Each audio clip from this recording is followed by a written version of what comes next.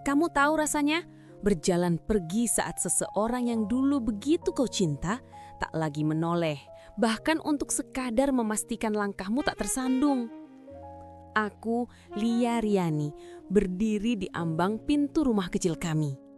Masih seperti kemarin, hanya hari ini tangan Herman Wijaya terlipat di dada. Pandangannya tembus ke dinding masa lalu. Aku menunggu dia bersuara, menahan air mataku agar tetap membeku, agar ia sempat melihat retakan itu sebelum aku benar-benar lenyap dari kehidupannya. Aku memohon, jangan biarkan ceritaku cuma jadi bayangan di pagi buta yang hilang perlahan. Dengarkan, satu kali saja, biarkan aku sampaikan. Pilihan pergi ini bukan tanpa luka, bukan tanpa harap, bukan tanpa cinta. Jangan scroll, jangan lanjut dulu. Kamu harus tahu akhir kisah ini. Kisah yang kutulis dari serpihan hati, butiran waktu yang pernah aku miliki bersamanya. Tapi mungkin semesta memang kadang bersekutu dengan lupa. Seminggu sudah aku menjalani rutinitas tanpa kehadiran Herman di depanku. Tak ada lagi suara piring beradu di meja makan. Tak ada lagi langkah berat menembus koridor sempit menuju halaman belakang tempat kami dulu bercengkrama, sekadar membunuh sepi. Padahal dulu Herman adalah lelaki yang selalu menanyakan kabarku, bahkan ketika dunia sedang berperang dengan sunyi. Kini, bahkan bertanya pun dia lupa. Aku pergi tanpa dramatisasi, tanpa air mata yang tumpah di lantai, tanpa teriakan. Hanya suara pintu yang ditutup pelan yang mungkin tak pernah didengar Herman. Aku tahu saat itu dia sedang terpaku pada layar ponselnya, bermain sandiwara kecil di dunianya sendiri, seakan aku adalah figur latar yang tak pernah punya peran. Setiap malam saat suara hujan membasahi jendela kamar kontrakan, pikiranku berkecamuk. Herman, apa kau betul tak lagi memikirkan siapa aku? Bukankah dulu kau berjanji tak akan pernah membiarkan aku jadi orang asing di rumah ini? Tapi lihat, aku pergi, kau tetap membisu, seakan kepergianku hanya angin lalu yang tak perlu dicatat sejarah harimu. Aku menulis ini bukan ingin kau tangisi, tapi ingin kau mengerti bahwa kadang yang paling menyakitkan bukanlah perpisahan, melainkan kehadiranku yang ternyata tak pernah kau sadari sejak lama. Klik lanjutkan, biar aku tunjukkan bagaimana semua bermula dari ketidakpedulian, tumbuh menjadi jurang tak bertepi, sampai akhirnya aku benar-benar tak pulang. Tiap pagi setelah kepergianku, Herman bangun lebih awal dari biasanya. Ia duduk sendirian di meja makan, menyeduh kopi yang sudah kehilangan rasa, memandang kosong ke arah kursi yang sebelumnya selalu aku tempati. Tidak ada suara obrolan, tidak ada tawa kecil yang mengisi ruang sempit itu. Aku tahu, ia tak pernah terbiasa sendiri.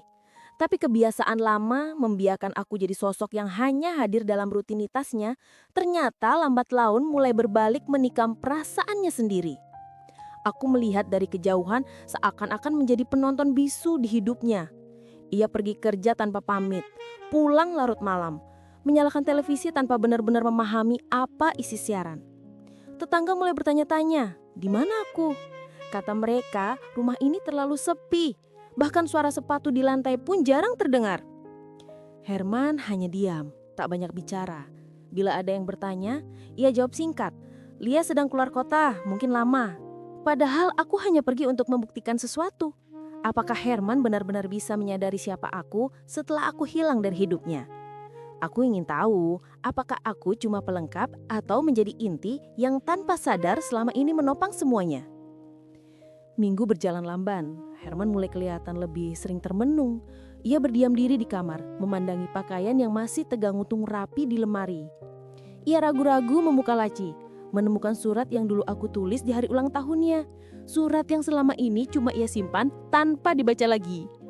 Di sudut rumah ada tumpukan foto, kenangan lama yang pernah kujaga supaya tetap utuh. Dalam satu foto, aku tersenyum di samping Herman. Waktu kami masih percaya cinta bisa menyelesaikan apa saja. Kini foto itu mulai menguning, sama seperti harapan yang pelan-pelan menghilang di diri kami masing-masing. Herman akhirnya memegang foto itu, mengusap permukaannya, lalu menghela napas panjang. Ada air di sudut matanya, tapi ia memilih untuk berpura-pura kuat. Barangkali ia takut mengakui rasa kehilangan. Barangkali ia belum benar-benar sadar atau baru saja mulai merasakannya. Di luar, hujan turun terus-menerus. Dingin menyelimuti kamar yang dulu selalu hangat karena kehadiranku. Herman masih suka membiarkan lampu di ruang tamu menyala. Entah untuk apa, mungkin berharap aku pulang, atau mungkin hanya supaya ia tak merasa benar-benar sendiri. Setiap malam ia memalingkan wajah dari tempat tidur. Ada setumpuk kata yang ingin ia sampaikan, tapi terlalu malu, terlalu gengsi, terlalu takut kalau aku benar-benar tak akan kembali. Aku menonton perubahan itu dengan hati yang beku. Aku ingin tahu berapa lama waktu yang diperlukan seseorang untuk menyadari bahwa kehilangan bukan sekadar pergi, tapi juga tentang hilangnya makna yang dulu tak pernah ia sadari telah menjadi pusat segalanya. Hari-hariku tanpa Herman bukan berarti bebas dari bayangannya. Aku coba membiasakan diri hidup sendiri, mencari ritme baru di kota yang dulu terasa asing, tapi kini perlahan mulai menerima kehadiranku. Di kamar kontrakan, aku belajar minum kopi sendirian, menulis jadwal harian yang dulu selalu ia abaikan, memilih pakaian tanpa menunggu komentar. Ada kebebasan yang terasa ganjil, bukan karena aku kehilangan Herman sepenuhnya, tapi karena aku akhirnya belajar mengenali diriku sendiri. Setiap sore, aku berjalan ke taman dekat kontrakan. Melihat anak-anak bermain, menonton pasangan bercanda tawa, mengamati betapa kehidupan berjalan tanpa menunggu siapapun. Aku ingin memulai segalanya dari awal, menemukan apa yang benar-benar membuatku bahagia di luar peran sebagai istri yang selalu berusaha mengerti meski sering diabaikan. Kadang aku bertemu ibu-ibu tetangga. Mereka bertanya, "Kenapa sendiri, Lia?" Aku jawab, "Sedang belajar jadi kuat." Jawaban itu sederhana, tapi sulit aku yakini sepenuhnya. Aku mengenang hari-hari pertama menikah dengan Herman.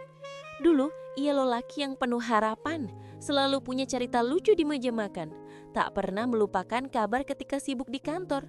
Tapi waktu mengubah segalanya. Tak hanya rutinitas, tapi juga cara dia memandang aku. Seolah aku adalah bagian rumah, bukan bagian hidupnya. Aku mengingat malam-malam penuh canda, pelukan hangat seusai maghrib, janji sederhana bahwa kami akan terus bersama apapun yang terjadi. Tapi janji sering kalah oleh kenyataan. Aku jadi asing di rumah sendiri. Di satu malam, aku duduk di atas kasur memandangi langit-langit. Kilasan perdebatan kecil, kebiasaan saling diam, hingga akhirnya aku menyerah pada keputusan pergi. Bukan untuk balas dendam, bukan untuk menunggu Herman mencariku, tapi supaya aku punya kesempatan menghargai diri sendiri. Aku ragu, apakah keputusan ini benar? Apakah Herman akan belajar memaknai kehadiran yang dulu ia anggap sepele? Kadang aku ingin menelponnya, hanya memastikan ia baik-baik saja. Tapi aku tahan. Aku tahu proses ini harus dijalani, walau pahit. Di sela waktu, aku mulai menulis jurnal tentang rasa kehilangan dan menemukan arti kehadiran. Aku sadar selama ini aku terlalu sibuk bertahan daripada benar-benar hidup. Kini aku mengubah ketakutan menjadi keberanian. Jika Herman suatu hari menyesali segalanya, biar itu menjadi pelajaran. Bukan berarti aku pasti kembali. Bisa jadi aku tetap memilih jalan baru. Ada tanya di bendaku, seberapa besar arti kehadiran seseorang dalam hidupmu? Aku hanya ingin Herman bukan sekedar sadar siapa aku, tapi juga benar-benar belajar mempertahankan ketika punya kesempatan kedua. Waktu terasa berjalan lambat untuk Herman. Setelah kepergianku, ia mulai sadar ada ruang kosong yang tidak bisa ia isi dengan keriuhan dunia luar. Pekerjaannya tetap berjalan, namun ia lebih banyak termenung saat jam istirahat. Melamun di kantor atau di halte bus, ia mencoba menghubungi beberapa teman, berpura-pura sibuk, tapi sebenarnya ia hanya ingin lari dari rasa sepi yang makin pekat setiap malam. Suatu pagi, Herman memberanikan diri mengirim pesan singkat padaku. "Lia, kamu baik-baik saja kan?" Pesan itu singkat, seperti tak ingin membuka luka lama. Aku baca pesan itu berkali-kali, tapi aku pilih diam. Aku tahu ini proses dia untuk benar-benar belajar melihat siapa aku, bukan sekadar menghubungi karena sepi, tapi belajar memahami pentingnya kehadiran. Hari-hari berikutnya Herman mulai berubah. Ia rapi, berusaha memperbaiki segala hal kecil yang dulu sering ia tunda. Ia pulang tiduran di sofa, menatap foto kami, lalu mulai menulis catatan kecil di meja makan. "Aku salah," tulisnya. "Aku lupa, Lia. Lupa bahwa kamu bukan sekadar penunggu rumah, tapi pusat dari semua hal yang membuatku bertahan."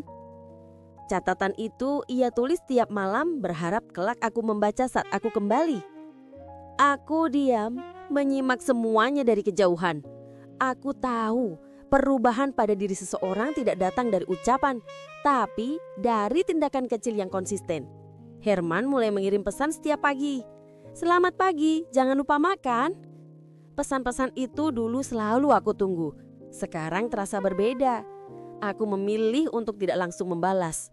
Aku ingin ia benar-benar berjuang, bukan sekadar menyesali. Aku ingin ia benar-benar berjuang, bukan sekadar menyesali. Hari-hari berikutnya, keseharian berjalan lambat. Herman mulai aktif menulis, mencoba memperbaiki komunikasi dengan keluarga, terutama ibunya yang dulu sering menasihatkan tentang rumah tangga. Ia sering bicara tentang aku dalam panggilan telepon, kadang menyebut namaku dengan suara belan, seakan takut mengakui bahwa ia rapuh. Aku tahu perubahan itu nyata, tapi aku masih harus memastikan apakah Herman benar-benar sadar atau sekedar takut kehilangan yang semu. Waktu akan membuktikan apakah penyesalan itu tumbuh jadi perubahan sebenarnya atau hanya sekadar penyesalan yang lewat tanpa makna. Waktu berjalan dan aku semakin yakin. Hidup bukan soal siapa yang selalu bersama, tapi siapa yang mampu bertahan dengan dirinya sendiri. Aku melihat Herman berjuang memperbaiki, menunjukkan perubahan, berusaha membuktikan bahwa penyesalan itu nyata. Aku hargai usahanya, tapi aku tidak ingin keputusan pulang hanya karena iba atau sekedar nostalgia. Aku ingin pulang karena aku memang ingin, bukan karena keadaan memaksa. Hari itu, aku berdiri di depan rumah lama, tempat semua kenangan pernah bertumbuh, sekaligus tempat aku kehilangan diri sendiri. Herman sudah menunggu di ambang pintu, memegang bunga kembang sepatu merah yang dulu selalu aku tanam. Ia terlihat rapuh, tulus, tidak lagi menuntut atau memaksa. "Lia, kalau memang kamu ingin pergi selamanya, aku terima. Tapi kalau kamu mau mulai lagi, aku janji tak akan mengulangi kesalahan yang sama." Kalimat itu sederhana, tepat, jujur. Bagiku, pengakuan Herman itu jauh lebih bermakna daripada ribuan permintaan maaf yang ia kirimkan lewat pesan singkat. Aku tahu, memilih pulang atau tetap pergi adalah keputusan besar, bukan hanya untukku, tapi untuk Herman juga. Di titik itu aku menyadari, kebahagiaan tidak selalu berarti kembali ke masa lalu. Kadang, kebahagiaan adalah memberi kesempatan baru pada diri sendiri dan orang lain tanpa harus mengkhianati apa yang sudah pernah dilewati. Aku pandangi Herman lama. Aku ingat semua luka, kecewa, rindu yang dulu hanya jadi tumpukan tak kasat mata. Tapi di matanya, aku tidak lagi melihat kebiasaan lama yang hanya ingin menang sendiri. Aku melihat orang yang mulai belajar menghargai.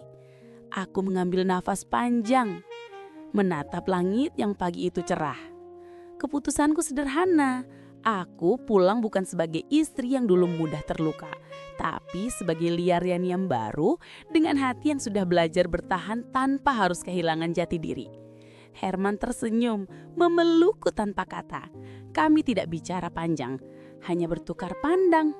Di situ aku tahu, kadang kehilangan diperlukan agar seseorang benar-benar sadar siapa yang selama ini ia miliki. Aku belajar, cinta bukan soal selalu bersama, tapi tetap memilih bertahan meski pernah salah dan pernah pergi. Untuk Herman, kehilangan adalah pelajaran. Untukku, pulang adalah keberanian. Dan kisah kami akhirnya menjadi jawaban bahwa kadang satu kepergian bisa menyelamatkan dua hati sekaligus.